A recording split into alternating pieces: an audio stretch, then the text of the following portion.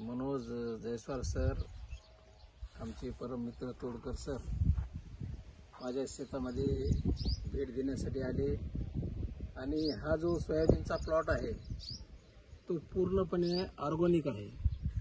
Organic म्हणजे फक्त वेस्टेजच्या प्रोडक्टवर हा प्रकार झालेला आहे। याच्यावर कसल्याही प्रकारची आळी नाही। याला सुरुवातीपासून बीज प्रक्रियापासून तर आजपर्यंत फक्त 2 फवारण्या झालेल्या आहेत, परंतु एक आळी सुद्धा सोयाबीनवर नाही आणि सोयाबीन ही पूर्णपणे लागवड केलेली आहे। म्हणून शेतकरी बांधवांना मला सांगायचं की फक्त आपण कृषी सेवा केंद्रावर जातो आणि हजारो रुपयाची औषधी खर्च करतो, परंतु वेस्टेजचं प्रोडक्ट जर सांगितलं तर आपण नाकारतो। परंतु हे अक्षरशः जादू आहे। मी माझ्या शेतात प्रयोग केलेला असला तरी मला सुद्धा पटत नाही की अशा प्रकारचं हे पीक आहे।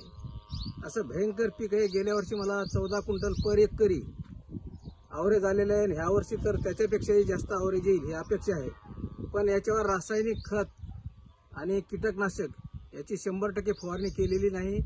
फक्त नीम ऑइल, आपल्या नीम कॅप्सूल, एग्री 82 आणि हुमिक आणि बाकीचे प्रोडक्ट वेळोवेळी फवारलेत, त्याच्यामुळे हा भयंकर रिझल्ट आहे। सरांनी आज भेट दिल्याबद्दल खरंच त्यांचे मनापासून आभार मानतो। थांबतो।